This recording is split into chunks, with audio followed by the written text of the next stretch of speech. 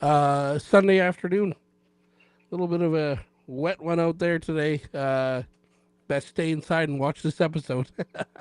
No doubt. um, Absolutely. Just quick shout out to my sponsors, of course, Prairie Alchemist Cafe out in St. Malo, 163 Rue, St. Malo.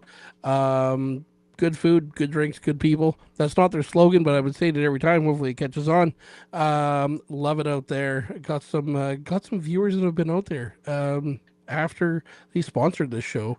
The first and second month, I think, had some people go out there and rave about it. Uh, Secondly, yearly sponsor, CDL Architectural Cladding. Um, Chase Lowen, thank you for signing on for a year. Absolutely love it. If you're in the trades, you're looking for work, give Chase a call at CDL. They're always looking to bring in new people. And of course, we got Trave Media up in the corner all the time. Today, first time guest. It's a long time coming here. William, so happy to have you here today. Uh, you got bass in hand. Um, tell me, tell me about your band. I absolutely love your band. We got a lot to talk about. Just give me a rundown. Tell me, anyone who may not know you, don't know how they wouldn't know you, but give me a rundown. Who are you? Who are you, and what band are you in? My name is William Sharpmare the First. I am a husband, a son, a cat dad. I'm a band leader. I play bass. I play the drums. I sing. I'm an all-around music lover, and my band is named Nagi. It has a dual meaning. You see, it it means serpent in Eastern philosophy, and it means spirit in Assiniboine. So um, I think it's. I've always loved snakes since I was little. I think they're really cool. Um, and music is the closest thing to like the spirit, the creator that I can feel. So I think it's very representative of myself and the stuff that I like to do. Awesome, awesome. So you know as well as I do, I'm a big fan of your band. Now, I want to take you back a little bit. I met you the first time. The first time I ever met you was on my doorstep, and you bought a drum dial off me. Drum dial? Yes, I Is that what you did. bought off me? You bought a Yes. drum dial, and you were telling me about a Queens of the Stone Age project you had been working on, and I believe you were playing at Side Stage or Park Theater, one of them. I did Park Theater February 28th of 2020. It was the last sold out show at the Park Theater in Winnipeg for like 2, maybe 3 years. Wow, unbelievable. And then from there, just kind of in conversations, talking away. Next thing you know, we're at Cosmic Cat last year, and you were in the Battle of the Bands, and I feel those moments where you see a live performance, and it may be in person, it may be on YouTube, it may be on a DVD, anything you would have watched, right? Where there's that performance that is always going to stick with you, and you maybe go back to it, or it's like, oh, I got to see this again. I wish I could see it again because your performance at Cosmic Cat was one of the best, tightest sets that I have ever seen, and of course I had to be the judge of the Battle of the Bands for this. And after watching your set, I'm like, I don't know. The rest of the bands are great, but I don't know what they could do to top this. Yeah, the music was great. Your timing was great. I mean, you didn't really know what song you were maybe in per se, uh, because everything just blended so perfect, and you had a time limit, and you were not far off that time limit. It had to have been under a minute, either or of it. But just a phenomenal performance. Um, you won that Battle of the Bands, and I'm sure the people in that Battle of the Bands aren't watching right now, but it was unanimous as I walked around. I already had written the name of the band down for the winner, and I walked around. I kind of kept an eye out for people who had been watching the whole time, and I went up to them, and every single person said that was one of the best performances they've seen. Like, unbelievable. And And after that, you now earned your place in my Summerfest lineup, which I mean, you probably were gonna join into it anyway, but you kind of got a shoe in out of that. But an absolutely unreal performance, and I wish you could go back to that day and watch it all over again because it's unbelievable. Just such a talented group of people. Um, let's jump to your song you have out that I'd seen on streaming. Lush. Yeah, Um, that was a great lot of song. fun. Great song. Great, short, to the point. Love it. Um, tell me about what goes into songwriting for you. You see, I go down to Home Depot to the plumbing aisle, and I find my ideas there. And when when you're playing with a group of guys, a lot of times you're just like messing around with like whatever you've been practicing. Um, like, oh my goodness, my friends are blowing up my group chat. So like stuff that you can do is like descending minor stuff, and then you can be like, well, that's a call, but how can you respond to that? So you can be like, and then you can go from there and just have a conversation with everyone around. Um, in the case of Lush, that was a Kyle riff where I'm like, hey Kyle, do you have a riff? And he's like, oh yeah, like I start on G here, but you can play it up here and it sounds cool. And then he just went like,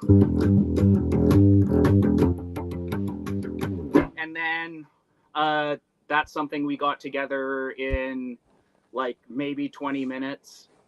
And then I was having a really long week at work, and I was really pissed off about a lot of stuff. So just trying to keep something really simple and short that sticks in people's heads. The main hook of the song is actually Beethoven's Fifth. Hmm. So like because we go from the main riff,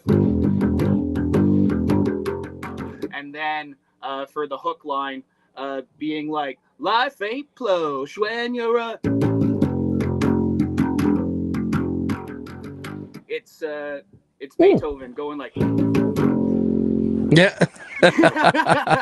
So Amazing. if you're going to rip off anyone, you may as well rip off the masters, right? Yeah. Love that. Um, you got a bit of a different lineup. Saw a post for it yesterday, the day before. Yes. Yeah, got a bit of a different lineup. Tell me about this. Tell me about this lineup. Uh, I joined the empaths and the empaths in retrograde. That's Snarky Remarkables project, and his co-collaborator, producer, friend Andrew. Um, he's in charge of this thing called the Floating Head Collective. They do house shows that are live recorded and like really cool stuff. Hmm. So Andrew's learning the songs on guitar, and he's coming into Nagi here, and I'm really stoked because he he's just like this really laid back, like soothing presence to have, and um, it's I'm really looking forward to seeing how his playing is going to progress and be informed with what we're doing. And can't say enough good things about him. I'm absolutely over the moon that I have Kieran Wallace playing drums with us now. He he might go down as the best drummer to ever come from Winnipeg, and he went to Brandon Jazz, and just an incredible drummer. We went to high school together. Uh, we learned how to play our instruments by learning like Green Day records, and it'll be 11 years this June that I put on my first show, and we were able to play my first show ever with him, and like can't say enough good things about Kieran. Just such a passionate person. He plays in like a dozen bands at least, and all of them are like really experimental, really out there. Whether it's more backbeat driven music or a lot of swing. I wish he was here to tell you about his jazz idols. I know Max Roach is a huge influence on him, and whenever I'm lacking inspiration, I end up going to him and being like, hey, so like in this era, like what should I be listening to? And just an absolute wealth of knowledge about jazz and music in general. Hmm. Amazing. That's great. Does he? The name's so familiar. Does he play keyboards as well? Um, Maybe. I know as part of like the music curriculum in these things, you need, as a drummer, you need to learn how to play like a little guitar or a little keyboard so Yeah, that yeah. you can do your composing and stuff. But I know Hmm. he can mess around on guitar and mess around on keyboards. He also has a great singing voice, so being able to play the stuff that he's able to play and sing, Yeah. like just super talented. It's such a talented group of people you have with your lineup. I mean, unbelievable. And you're part of Empath now. Hmm. As you were one of the first times I met you as well at Side Stage. Uh, Yeah, when you played with Empath and Five More Miles and my band, and I think it was just the three of us, maybe even four bands. But I'd love to hear you back with Empath. I'm a big fan. I know if my wife is watching, I know she's a big fan as well. Super excited, and you're going back to back at Summerfest. Now that you're part of it, well. I had the lineup made, and then you joined Empath. I found out you joined Empath. I'm like, well, great. You can just stay on stage for yeah. for an hour and a half. Yeah, I back to back. it it's been a really long time since I've done double sets because when I first went on to the scene here, I used to do. Do you remember the Rock and Roulette shows that happened at the Handsome Daughter? Yeah, I heard of them. Yeah. So for the people that don't know, there was a Halloween wheel that they made and they spun it, and there was trivia questions and cover bands. And I did a bunch of those, and a lot of times I'd be in the first band and the last band doing double sets, and um, they're a lot easier when you're 18 to 20 and full of piss and vinegar, as they Yeah. say. um, you're a big fan of the Handsome Daughter. um, Name another venue that has a touring van for um, local people. Mm-hmm. They've given me. Um, they promote anyone that makes posts promoting their shows there. Um, like they used to have Magic Bird Chicken there, which was the best chicken place in the city. I Yeah. used to do my ritual before shows there is have their spiciest chicken and then chase it with their ghost pepper tequila that they had once upon a time. So you're just like pouring sweat, Yeah. and like um, it's it's really become like a second home away from home. It's a place that um, you can really come as you are, sit down at the bar, and be able to talk to anyone. Mm-hmm. It's a very welcoming community. It reminds me a lot of how Bulldog was pre-pandemic. Yeah. Yeah. No, Mm-hmm. it's a great place. That whole touring van thing is crazy too. I love that. Mm-hmm. What an idea. Have you? Do you know anyone who's taken it up yet? I think it just went out for the first time like a month ago, Okay. but I haven't followed that too closely. Um, it's something that I would be interested in if the opportunities present itself to do like some weekenders. Yeah, yeah. Oh, it's such a cool thing. And speaking of Handsome Daughter and live shows, you have a live album that is on Bandcamp. Yes. Super Um, cool. yeah. I I'm actually really happy with the way it turned out. Because um, Nagi has always been this thing where uh, the songs have the parts, but it's very much how we're feeling on that day and in the moment. And to be able to get that captured at um, the place that I feel like most at home, and um, being able to have everything be done by us, completely self produced. Um, Former bandmate Ian was able to mix and master everything and did a phenomenal job. Um, I had my husband help me design the graphics for the CDs that are available. And so we got those printed. And then I ended up finding on Marketplace CD, jewel cases, and CD-ROM, so I can like burn the CDs. And I made every single one signed, and each one is unique. And I've only made 25 of them. Wow. Unreal. I'm looking at Bandcamp right now, looking at the yeah, compact disc and digital album limited edition handmade CD. Unbelievable. What a cool thing. Mm-hmm.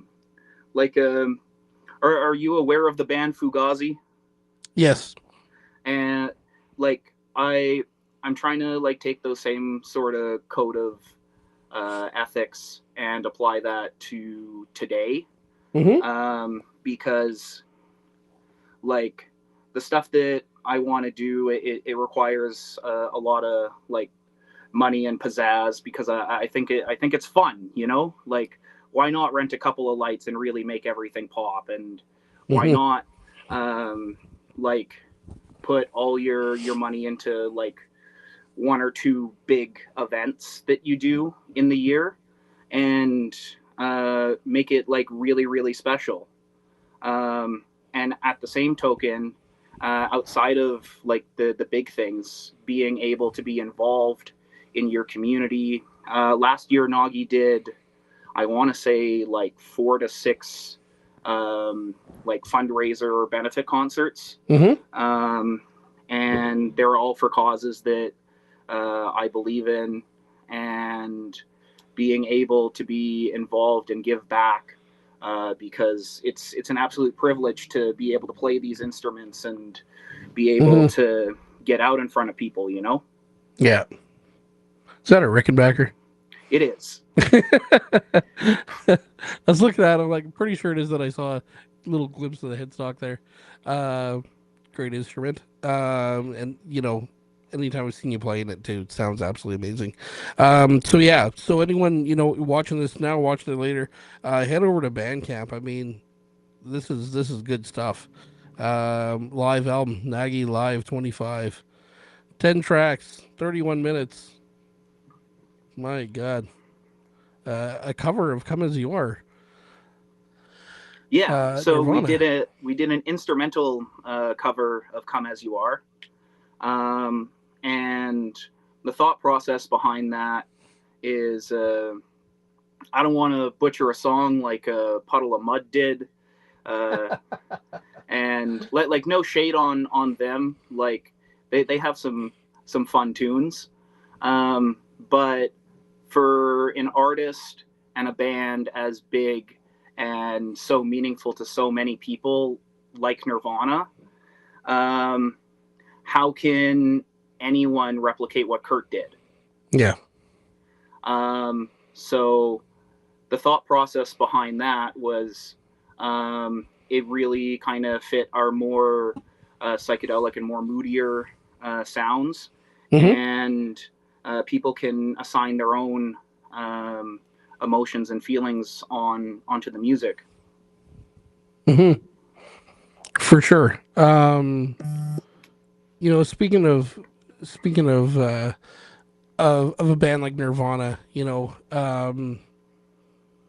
who are some bands that you grew up listening to that maybe kind of inspired you to be writing and playing what you do now?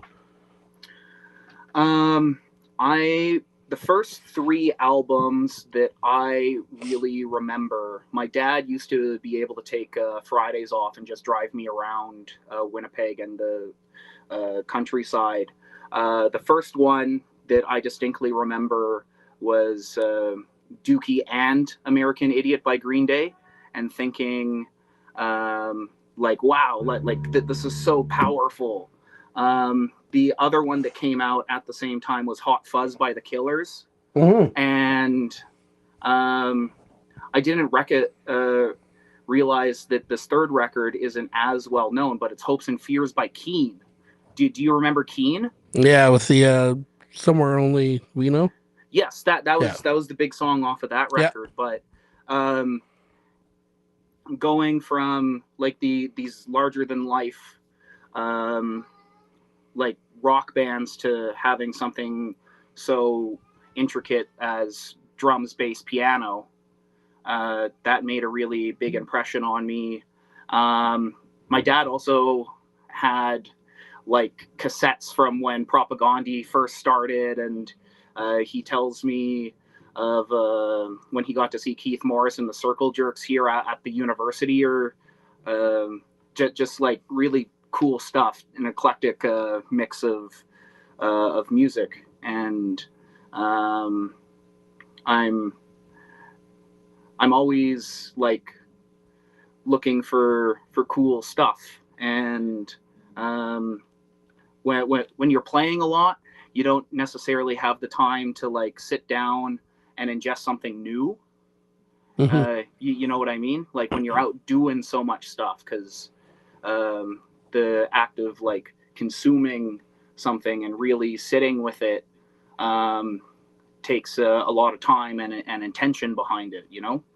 Hmm. Cool. I like the albums you talk about, and it's funny you mentioned like at a younger age, driving around Winnipeg, driving around countryside. Um, it's something that's how it kind of was for me too, right? Like I have two older brothers, and I think I took more from them than my dad in a sense with music. I mean, my dad was in a band in the 60s, 70s, right? And he listened to some great music too, but it was so influential. Like just the short drives into town. I live 5 minutes out of my hometown, and just the simple drives into town, I'd probably get like one and a half songs in that my brothers would play or my sister would play, and it just stuck, right? And Mm-hmm. I feel like my earliest memories of music almost goes back to Stone Temple Pilots' first album with Core. And hearing stuff like that, and then things going to Tea Party was also a very big one in my life. Growing up with the Edges of Twilight album, but I always like hearing stories about people's like earliest memories of music and what they maybe heard then and where they're at now, right? Mm-hmm. Um, got any shows coming up Do I that you ever? can talk about? Yes. So, um, May 8th at the Handsome Daughter, Hmm. I have put together quite possibly my favorite lineup to date. Okay. Um, I have, I think they're friends of the show. They've been on the Sound Off. They've been Oh really popping yeah, off. yeah. And um, so I have them. If you haven't seen them, they're one of Winnipeg's best and tightest punk rock bands, and can't say So enough good, good things. so good. Um, and I have RoboJom. So I don't know if you've heard of them or seen anything.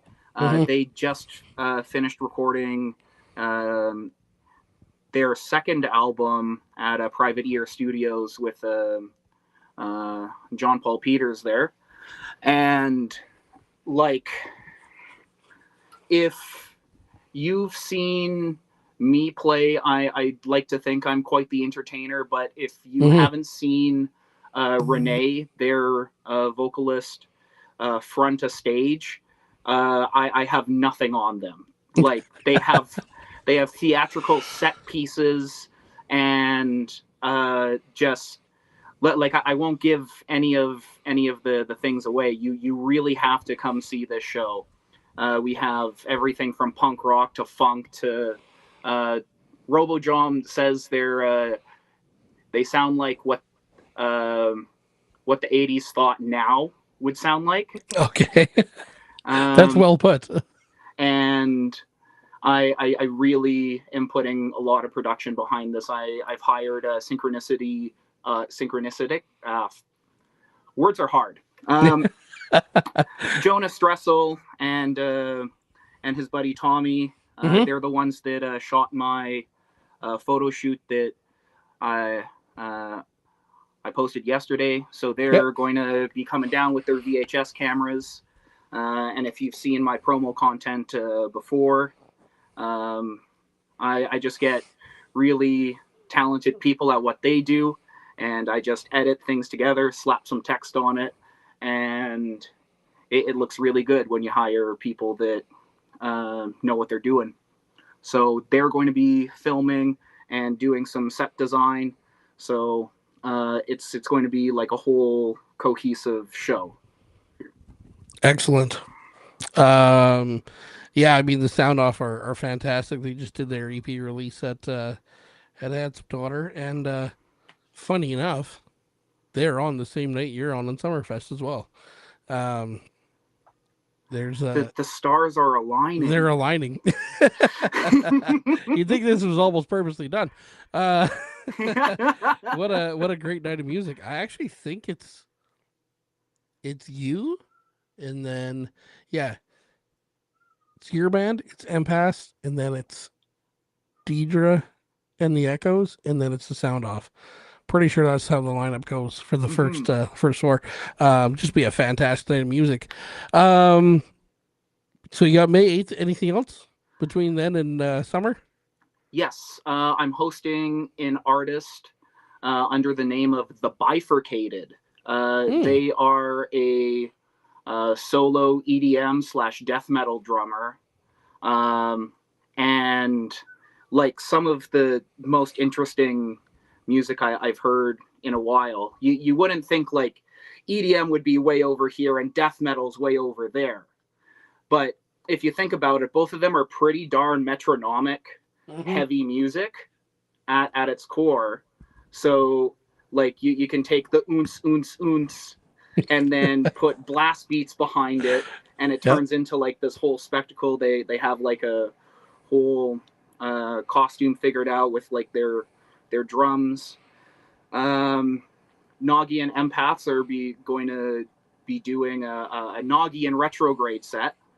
Mm, So kind of matching those two things up. And then great idea. have you had a Jus d'Orange on the show yet? Yes. Um, they are they've recently been doing a lot of um, like Black Flag, Second Side of My War type songs, Mm-hmm. and I'm super stoked to be hosting them. They getting to play with them's always a fun time. So the Bifurcated, Juice, and us May 30th at Low Bar. I need to make a poster for that.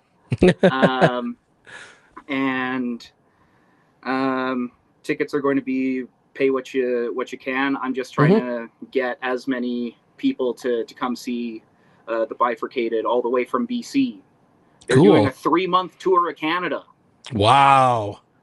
Yeah, so Super it's cool. super cool. Like people really need to know about the Bifurcated, because this person is like passionate as old get out and doing something really unique and really deserves all their roses, so to speak. Mm-hmm. Yeah, that's great. And Juice, of course. Emily Hanna. Um, Phenomenal vocalist too. I love Force anytime I of see her. nature, you could say. Oh, and have you seen her with Fox and Sound, Yeah, where so she pulls it Carlton back a used to bit? be my roommate, so they would Oh, come down and be rehearsing in this very basement. very cool. Yeah, Yeah,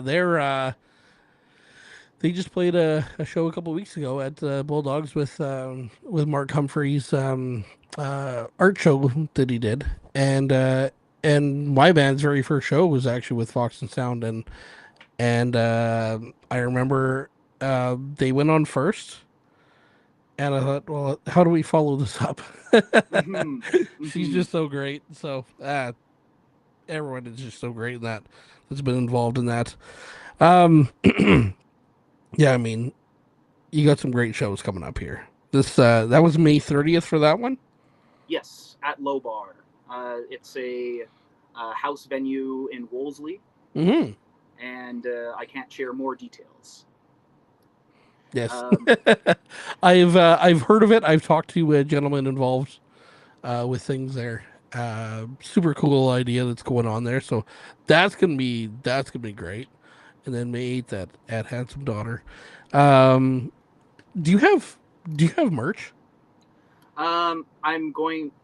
I'm going to be revealing a secret on the social medias very soon, Okay. um, and I'm in the process of getting things made because I refuse to um, work with companies involved with like the states or using like crappy labor practices. Mm-hmm. Um, and I want to make sure that I'm supporting like queer and indigenous artists first and foremost, uh, just because of who I am. Mm-hmm. And I've been able to get that going, so I'm super excited that that's in the works. And um, there's going to be some fun things that are going to be available on the 8th. Awesome. This is this is gonna be a good year for you. You know, we're what are we the fourth month of it of fourth month of 2026 here, but good things coming. This all sounds so great. I got to check out that live album on Bandcamp. Anyone watching this now or later, check it out on Bandcamp. You need to see this band live, and I can't stress it enough that the performance at Cosmic Cat was one of the best live performances I've seen. Um, Energy, it just didn't stop. It was unbelievable. Can't wait to see you play. Any shows coming up, especially Summerfest. You're kicking off this Saturday night with an absolutely stacked lineup. You're kicking it off. It's energy right from the start to the end. Yeah, couldn't be more excited. I'm so excited you're part of Empath too, because I absolutely love Empath. Yeah, I can't say enough great things about Snarky and his songwriting. Um, truly, um, like the greatest songwriter that no one's ever heard of. And like the new stuff, like Grieving, it's just two chords the entire time with a turnaround, and the story of the song and the performance that he gives it is what uh, is so important. Like the songs themselves aren't interesting from a musical perspective, but it's the intention and the performance behind it that is so it's intense and heavy in a way that like extreme metal isn't. You know what I mean? Hmm. Like you really feel that these songs mean something, and I'm just so stoked that I'm able to work with people like Snarky and like Andrew that um, have a very clear vision of what they want to do with these songs, and I like their latest two singles, "Grieving" and "Patriarchal Silosism." Um, just incredible songs. Like, uh, imagine kicking off a song being like, "If you like the rain so much, why are you carrying an umbrella?" Yeah. Exactly. So, like, I I really feel like the empaths are another one of those groups that um like uh we keep getting better at recording and producing ourselves, but again, it's something that you really have to see live. I posted a video on my Instagram of our song "Grieving," where it Snarky introduces the song and gives context to it that you wouldn't get on the recording, Hmm. and it just makes it hit so much deeper, and it's um yeah, it's really something and really special because it's not often you have groups where, like, sure, you hear the record and it's fantastic, and then you go see them and it's even better, Hmm. you know. And I'm very fortunate to be in two groups that I feel like um, you really need to see us live in order to see us at our best. Hmm. Yeah. No, it all makes sense, right? Yeah. Grieving is a great song. Mm-hmm. Great song. Um, awesome. Yeah, no, you got a lot coming up here. And like I said, it's gonna be a great year. I'm hoping to catch one of your shows. I know I'm out of province on the Handsome Daughter date, but I will definitely catch up with you. I got to see you soon because I got to see your Summerfest tickets too. Yes. Yeah. I got, the funny thing about it, about the Summerfest tickets, is I got three bands that haven't got them yet.